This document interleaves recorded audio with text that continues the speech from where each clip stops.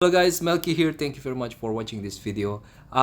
This is quite a news for me. This is December 2022 and we got some new updates for Microsoft privacy, and these are the points that we are going to look at. We're going to get into the details later. First of all, I am not a legal professional and I'm not giving legal advice in this video at all. And I am prone to mistakes, and the purpose of this video is trying to find the right like answer by making mistakes. So there's going to be a lot of mistakes in this video probably, because that is my plan. If I didn't make a mistakes, I would be like hitting a jackpot. Okay guys, so consult with your own lawyer for your own professional or high stakes decision in your life. And I'm not giving out advices or any kind of guarantee or whatsoever. And I'm sorry.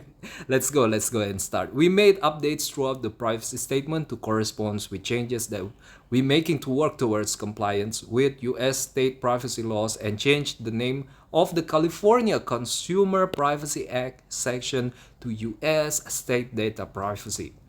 We're gonna look into that. From here, I kind of assume that the US is kind of, there's some kind of synchronization or some kind of standardization of the uh, state between the states, and it kind of have the same, it changes the name. I don't know whether they all like become more like federal law, but or it is a local state law. But I think, in my own opinion, it's more like a state, but just the name somehow, so that, I don't know, so that people would recognize it better. I'm not sure as well. So next, we updated the Microsoft account section to clarify how Microsoft makes information saved to your account available across Microsoft products when you sign in. So could be a privacy issue, when probably you don't really want other people to have access to some of the files you've saved, but like your kids, for example, have access to one of your phones. What? And you gotta pay attention to that, because your data that you save in your tablet, for example, is going to be synchronized with your phone, and this is basically what's going to be talked about later, and more, probably more other things that I could not comprehend. Next, we clarified the collection of data from children and Xbox sections to provide additional information about Xbox anti-cheat and fraud prevention measures. So the data about your children is going to be used by Microsoft, Xbox in particular, to kind of figure out how to deal with cheating. Okay, but at the same time they got those data. Okay, next we supplemented the how to contact us section to add a contact phone number for residents of Canada. All right, so there's some kind of even more customization for Canadians. Next, changes were made to the Windows section to clarify the difference between the available versions of the Photos app. Now, this is what I have kind of a difficulty, or some kind of uh, pebbles on my track, because I usually use the Photos app for video editing. Now I suddenly have to download another app. So you're going to see later that the Photos app have undergone some changes, and automatically, of course, the privacy stuff is also needs to be updated. So this is the September update right here. I'm not going to go through that. Let's just jump into the individual changes. Okay, now I'm going to search the browser here. Let me wait for okay. What I'm going to do is find in page and find California, and this is it. If you're a US resident, okay, we process your personal data in accordance with applicable US state data privacy laws, including the CCPA. This section of our privacy statement contains information required by the CCPA and other US data privacy laws, and supplements of our privacy statement. I have read this part before in my previous video, so I'm not going to get into it. I want to make this video much shorter than that particular video, but I have read this stuff a lot before, and I have a video about that in my channel. Please check it out if you want. Next, we're gonna get straight into the modification here. US state data privacy laws notice for additional information about the data we collect. These are the types of data. So this is the changes of the name. It says US state data privacy laws notice. So this is not just CCPA stuff. It is the US state data privacy laws notice for additional information about the data we collect. Let me check out if there are any particular explanation about the US state changes. Okay, let us go straight into the link here and check it out.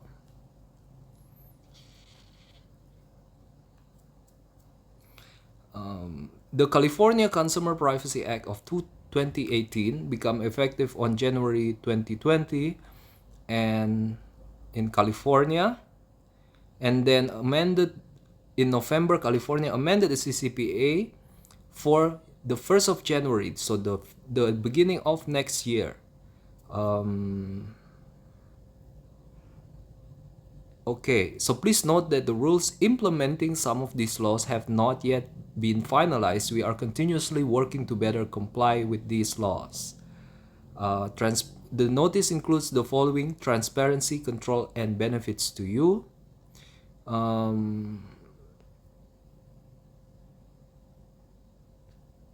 Okay, so I could see that they are being elaborate about what are the things that they are collected from the customers here. I'm not going to read this because I want to move on to the next section quicker, but you can see all of this stuff here listed. And moreover, I don't live in the US actually, so you guys in the US are kind of blessed because you are more being taken care of in terms of privacy, I guess, but also at the same time there are more things to read. Subject to your privacy settings and depending on the products you use and your choices, we may collect, process, or disclose certain personal information that qualifies as sensitive data under the applicable US state data privacy laws. Sensitive data is a subset of personal information. In the list below, we outline the categories of the sensitive data we collect. Let's see. Account log on, financial account, debit or credit card number, including the credentials and logging on information, and like the authentication stuff. Sources of sensitive data, interaction with users and organizations. Provide the purpose of processing is to provide the product and fulfill requested financial transaction, and recipients, service provider, and payment processing provider. So why they are talking about this is just a way of telling us that other than these purposes, they are not supposed to be messing with your data. So the law is going to protect you within this issue. If they went over their lines, you would know like where are the lines in. So the lines is within the purpose of processing. So other than that, it's not. So of course there are gray areas, and that is where things are so myriadly abundantly complicated, but but at least we got the clear grounds for our arguments here. Recipients, and again, this is a line. You are not supposed to give this data to other people. Precise geolocation information, again, sensitive stuff. Racial or ethnic origin, okay, medical and mental health, sex life, sexual orientation. Oh, wow. You know what? A lot of people are going to be interested in this for one reason or the other. So let me continue on. Sources of sensitive data, communication with users. Oh, what kind of communication? Purposes of processing. Conduct research studies to better understand how our products are used. I don't think Microsoft any have any kind of Tinder or a dating app or was something like that. And perceived and for the purposes of improving the product experiences and accessibility. I don't know why do you put like sex life actually. Probably for medical purposes. But the fact that they are being specific about that shows that there's something going on here that is special. Because if I were a company and I'm collecting like sexual data for health purposes, I would just say medical data, right? Everyone's not going to make too much of a big deal out of it. But the fact that they actually said sex life or sexual orientation as a sensitive data, and it is a part of a data that is being collected, it is interesting. I think it is something. It begs the question, like it raises the question on me about what kind of new product are they making, like a dating app or something like that, or or it's just for medical purposes probably. But I don't understand why they specifically said that though. Probably we're going to figure it out later. Contents of your mail, email, or text messages. And then personal data collected from a known child under 13 years of age.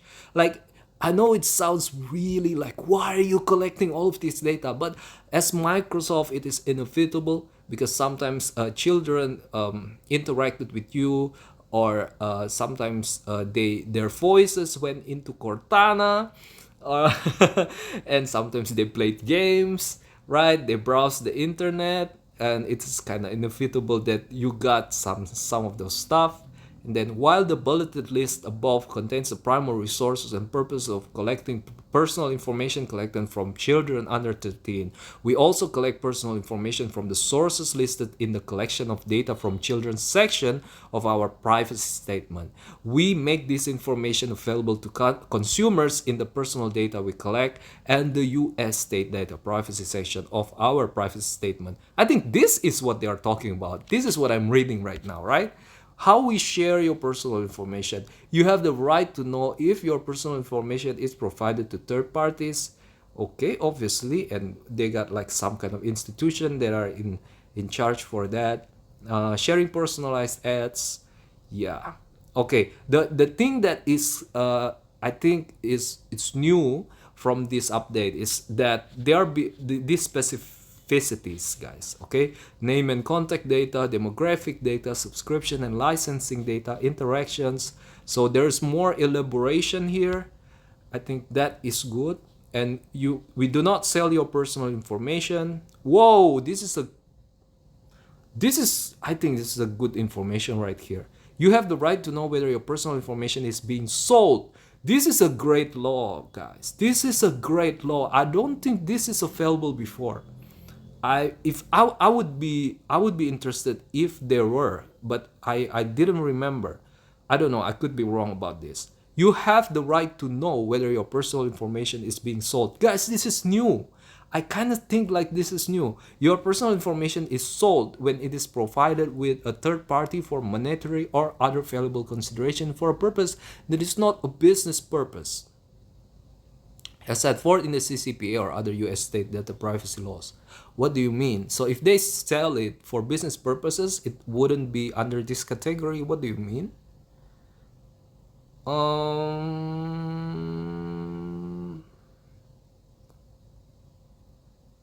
Please note, a sale does not include when we disclose your personal information at your discretion. Microsoft does not sell your personal information. I think okay, I think they are being elaborate, so it's kind of sounds new, but actually it is available before. My bad. Because they said they aggregate data, they don't personally identify you. Okay, so this is a kind of another way of saying it actually. But it is kind of, but here's the deal, the AI technology, they're going to be able to identify you personally. So who's going to vouch for that? Because AIs are not, the law is a little bit new, and they're not really adjusting to AI yet.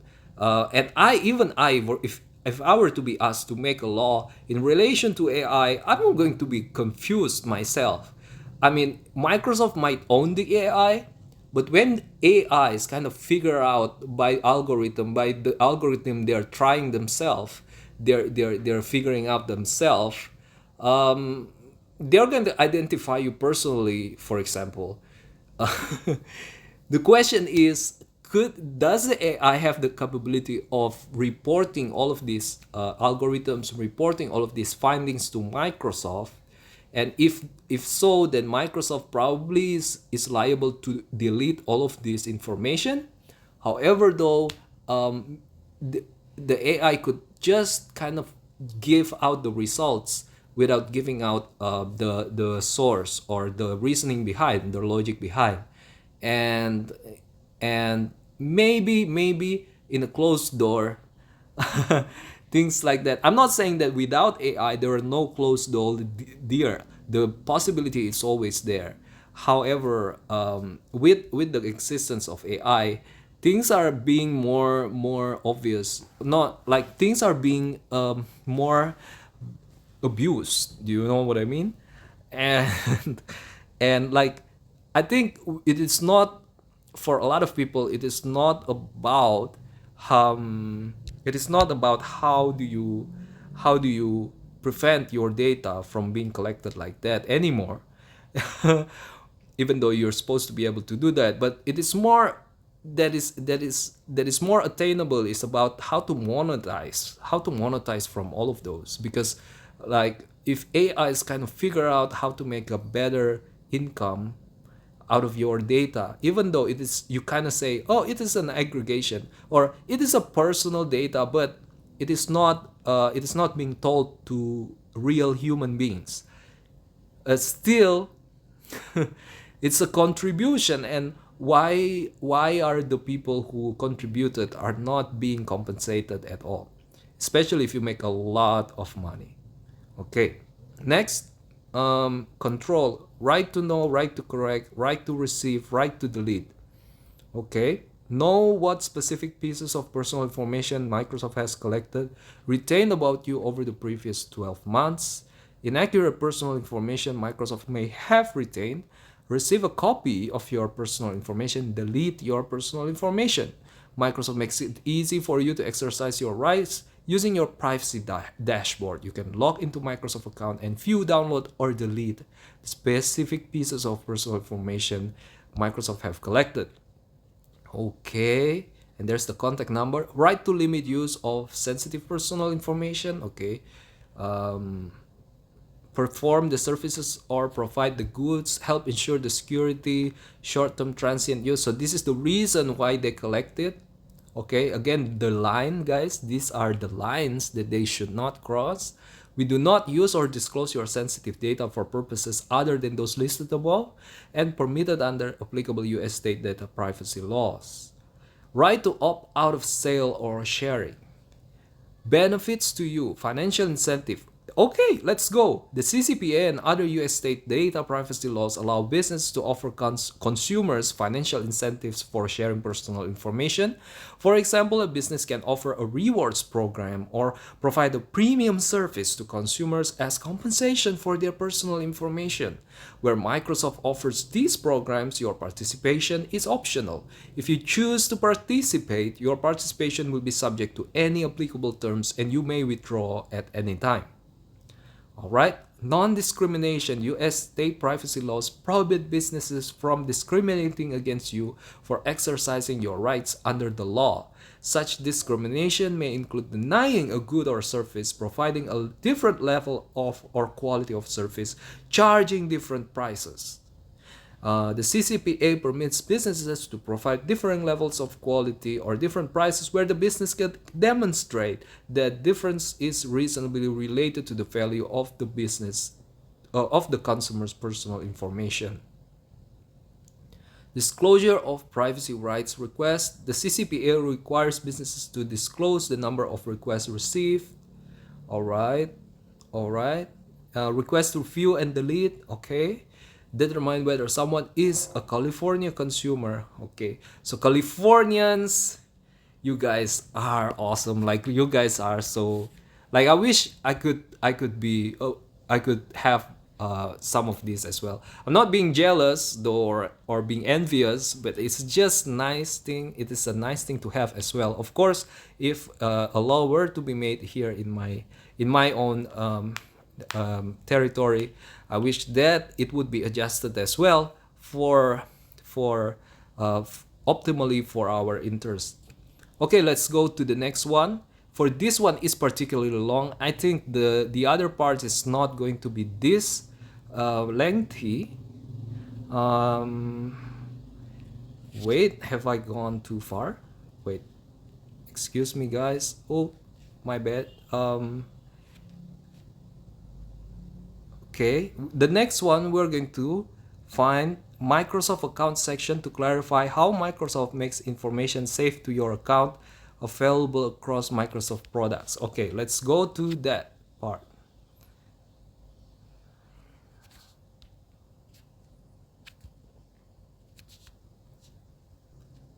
Yeah, with a Microsoft account, you can sign into the Microsoft products as well as those of select Microsoft partners. And when you create your Microsoft account tied to your personal email address, we refer to that account as personal Microsoft account. And that is organization part and then service provider part. When you create a personal Microsoft account, you will be asked to provide certain personal data, and we will assign a unique ID number to identify your account and associated information. And I'm sorry. um,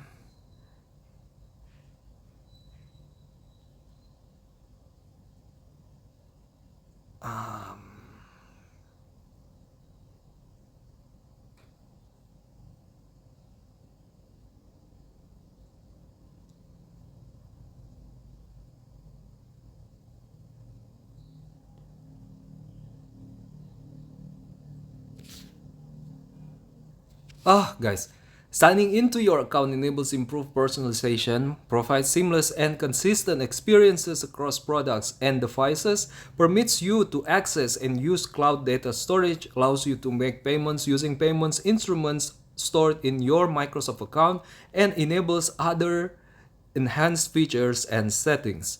For example, when you sign in, Microsoft makes information safe to your account available across Microsoft products. So important things are right there when you need them.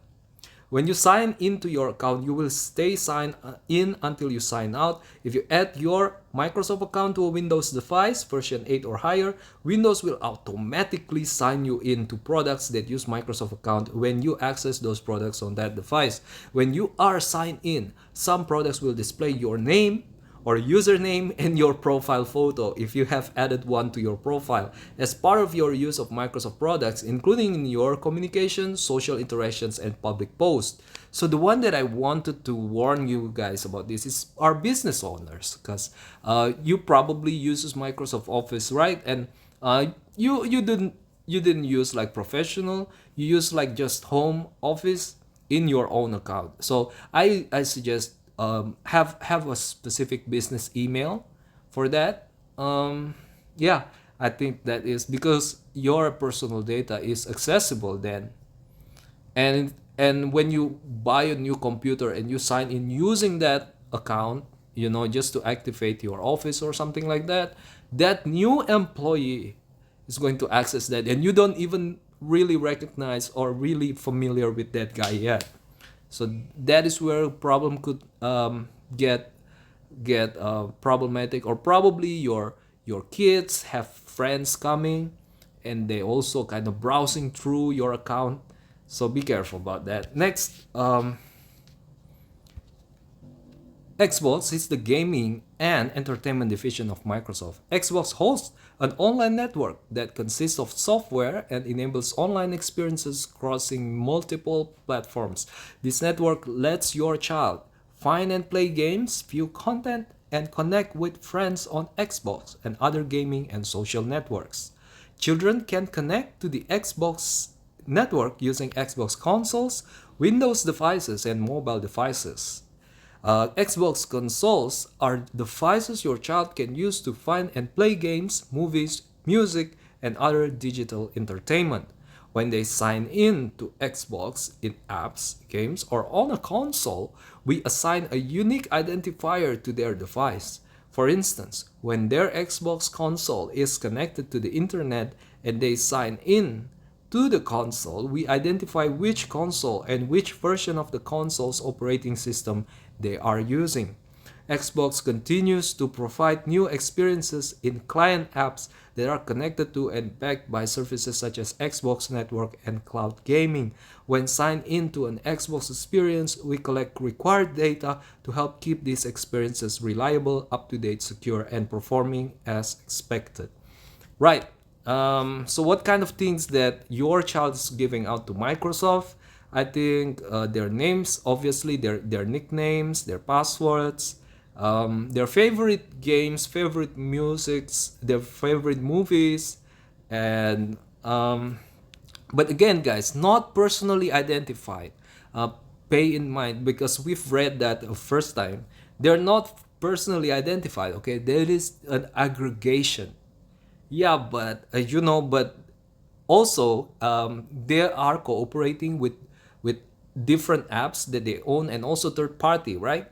So by math, you kind of able to pinpoint a person based on that, because not really it doesn't necessarily a person, because it would be hard unless it's an exclusive kind of demographic, but you could kind of narrow down a bunch of people, a bunch of groups, very small groups of people, very small groups of similar type of person that is interlaced between different apps together, and it's narrowing it could narrow it down pretty well that such information is could be considered kind of could be considered unique, not exactly personal but kind of unique, and it is valuable. And I think, oh god, please, when I need money, can I get something from Google and Microsoft, please? Because I don't know how much contribution have I made. Like, I felt sometimes when you're depressed, right? You felt like, oh, I'm so worthless. No, you are not worthless. Google, Google become you've participated in the betterment of Google. You've participated in the betterment of Microsoft. You've participated in the betterment probably of TikTok, of Facebook, of of what apps out there. WhatsApp. You've participated in that. You've contributed to them, and they contributed to the whole world, and you've become a big part of of um, of a unity that makes the economy. Okay, you shouldn't feel bad about yourself. You should feel good. And the fact that just because Google, Microsoft, and everybody else doesn't give you money, it doesn't mean that you are worthless. Okay, it doesn't mean you are worthless. Next, guys. Next. So that is the kind of data that they're collecting from your children. I likely have missed a lot of stuff, but you probably wouldn't. You probably would figure something out better. Next, we're going to go to supplemented how to contact us for Canadians. Let's see. All right, we got here. If you are a resident of Canada and its provinces, you may contact the Microsoft Data Protection Officer for Canada at Microsoft 1950 Meadowvale Boulevard, Mississauga, Ontario, L5N 8L9 at +1 for okay, or by using our web form. Nice Canadians. Okay, congratulations US, Canada, Ireland, for having Microsoft in your vicinity. That is great stuff. I wish my town has Microsoft in there. That is kind of nice. Okay, next, we got changes we made to Windows section to clarify the differences between available versions of the photo app. There are two versions of the Photos app available. The updated Photos app includes features like iCloud integration and local and cloud folder views. The previous legacy version of the Photos app include features like video editor. So the new one doesn't have video editor. And then the People tab and album. So these guys doesn't have. It's not available in the new Photos app. Or am I wrong? But definitely video editor is not there, and you are using the updated Photos app if the About section in the Photos app settings indicates the app is updated Photos app. So the same name, but actually there's two applications. The legacy, which is, if they call it legacy, so it's like probably like Microsoft, very likely like Microsoft XP, Windows Vista. It's not supported anymore after this. Only the new one's going to be updated. So there is kind of, oh man, video editor is going to be, some kind of old. But Microsoft Paint, even though it doesn't have a lot of updates, right? Still good, still very good. So Microsoft's native applications is just high quality, guys. But still, kind of, uh, I wish it could always be there. But now it is liable to be changed. I don't like that because I but it is licensing, right? But it's just our intuition. If you want to buy a car, the car is always be there for you. But if it's a licensing thing, even though you've already bought it, it feels like you own the permanent access to it. But in terms of licensing, it's not. Next, the updated Photos app helps you organize, view, and share your photos and videos. For example, the Photos app presents different ways to group photos and videos by name, date taken, or date modified, and also in folders where those files are stored, such as stored locally on your device or synced to your device from OneDrive, iCloud, and other cloud services. The app also allows you to move, copy, or upload files to different locations on your computer or to OneDrive. The All Photos tab displays your locally stored or synced photos and videos according to the date they are taken. The Favorites tab lets you view photos and videos you previously liked or favorited. The Folders tab allows you to view photos or videos by their storage location. There are also tabs where you can see your photos or videos from available cloud devices. Photos Legacy app also helps you organize, view, and share your photos and videos. However, if you are using the Photos Legacy, you may see other features that are not available in the newer versions. The Collection tab, the Albums tab, the Video Editor, the People setting can be enabled on the Photos Legacy app. When enabled, the Photos Legacy app will use face grouping technology to organize your photos and videos. This is kind of creepy. This is kind of creepy. You can choose to associate a facial grouping with a contact from your People app. Right, so it's going to automatically do that for you, but it's also mean that it recognizes faces in your circle, in your computer. And then when enabled in the Photos Legacy app, your groupings will be stored on your device for as long as you choose to keep the groupings or the photos or videos. If the People setting is turned on, there will be a prompt to allow the Photos Legacy app to continue to permit facial groupings after 3 years for non-interaction with the Photo Legacy app. At any time, you can go to the settings and turn it off. Turning the feature off will remove facial grouping data in the Photos Legacy app, but will not remove your photos and videos. Learn more, blah. If you choose to share a photo or video using the Photos app, such as location, camera, model, and date, will be accessible to the people and service you share the photo or video with. Oh, that's nice. So the people that you like, the people are notified. The People app lets you see, interact with all your contacts in one place. When you add an account to the People app, your contacts from your account will be automatically added to the People app. Okay, this is like a contacts in your phone. When you view a contact in the People app, information about your recent interactions will be retrieved and displayed. Okay, so they also have that information. The Mail and Calendar app allows you to connect all your email calendars. This is like to-do list and stuff. This is like important dates, and it also has like knowledge about when are you receiving money and when are you going to shop, guys, it is a valuable information for companies and advertisers and marketers. And I think, guys, oh my god, my hair. Anyway, I don't know how to use this hair. Like when in the barber shop, it looks kind of good. He modeled it really well.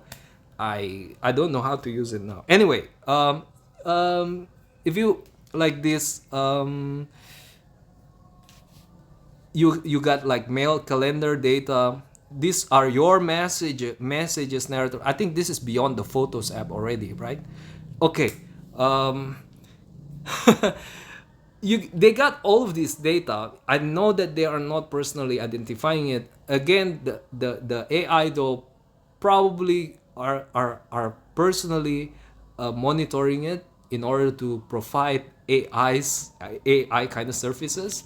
I think that is like very very reasonable thing to expect. Um, the Different people are going to have different objections with this thing. What needs to be highlighted, what I consider is important, is that there is a there's probably a way to violate the the aggregation commitment. So there is a way that you can be identified somehow, right, by the people in the company. So there is that risk of violation. It is there. I personally would expect that to happen. But if you are a high profile person where there's a good incentive to be like that, I guess you should be concerned.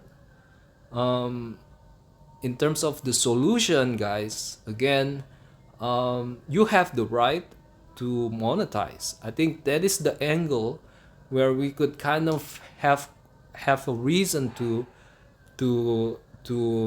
get a better grip, right, guys? Because no matter what, these companies are a party, and it has a point of view, which is not comprehensive, right? And we want our point of view to be considered as well. That's why we have a legislative in the government. But we don't have that for Silicon Valley, right? We don't have legislatives in the Silicon Valley. They don't really have like a policy kind of power, as much as the government for a lot of different aspects in our lives, but they are powerful. And I wish in the development of the future somehow we could have a council, we could have a representative that that would